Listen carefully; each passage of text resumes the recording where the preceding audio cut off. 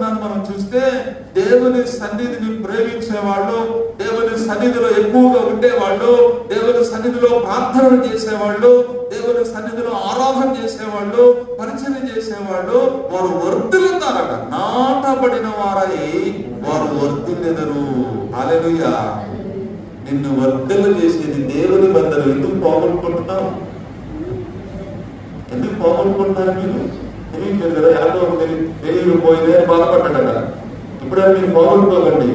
మిమ్మల్ని వర్ధిల్ల చేసేది, మీ కుటుంబాలను వర్ధిల్ల చేసేది, నిజంగా ఒక ఉన్నతమైన స్థితికి మనం తీసుకెళ్ళగలిగినటువంటి ఒక అద్భుతమైనటువంటి దేవుని మందిరాన్ని దేవుడు మనకి ఇచ్చినప్పుడు దాన్ని మనం ఏం చేయకూడదు?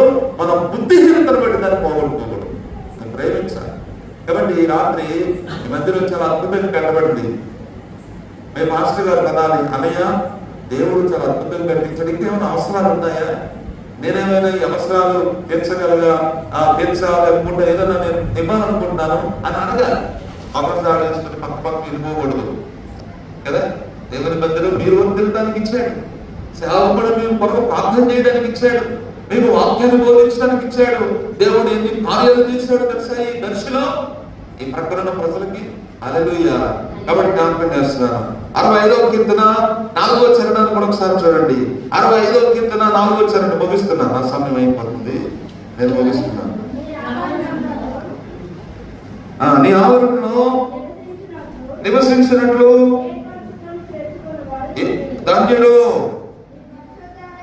నీ పరిశుద్ధ